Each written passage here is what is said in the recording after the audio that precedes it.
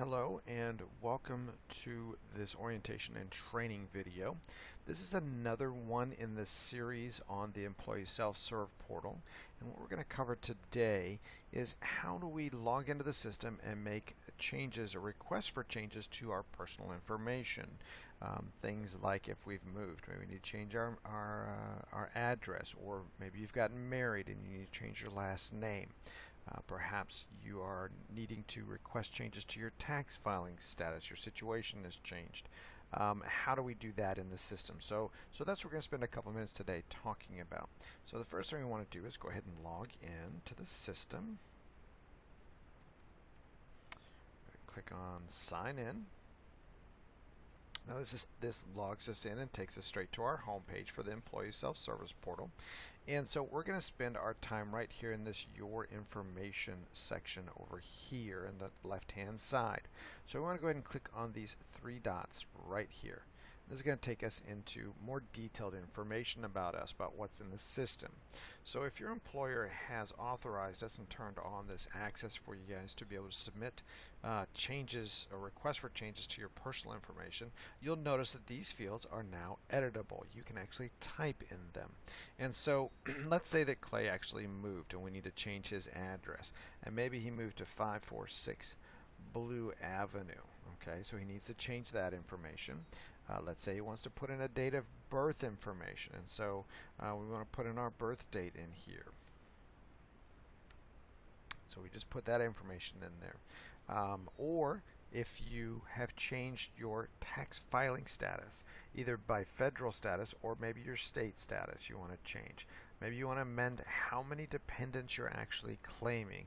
Maybe you want to up that to 6 on your federal, and maybe on your state you want to change it to a different status there. And we just click on maybe single, and we're not going to claim any dependents on the states. You can set different dollar amounts that you want to come out of your paycheck every pay period if you'd like. You have that option as well. And you just put in the dollar amount and then click on the dollar symbol, or if you want to do percentages you can do that as well. But for this purpose we're just going to say that Clay wants $20 taken out of his paycheck every pay period for his federal tax income. And for his state tax, he doesn't want any additional money taken out.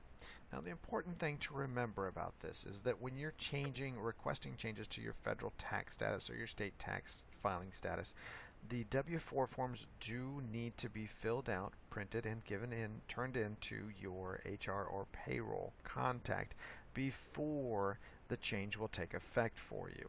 So we put a nice little note down here for you. Remember that you need to submit them and sign them and submit them to your payroll or HR person before it takes effect. Now, to get to those copies of a W-4, just click on the icon right here, and this is going to give us the federal W-4 form right here. It is form fillable, which means that right here online you can actually type in your information right here if you'd like to fill this form out. Then you'd want to print that out and then sign it and then turn it into your payroll person. The same thing with the state. We just click on that image.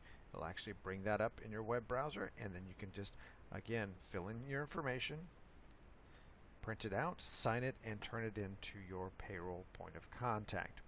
So once we've made the changes in here that we want or that we need to have made, all we do is we click on this save icon right here, and that's going to give us this nice little message that says that your info changes have been saved. So now your supervisor or your payroll or HR person is going to get an email that says, hey, Clay Davis wanted to make changes to this information.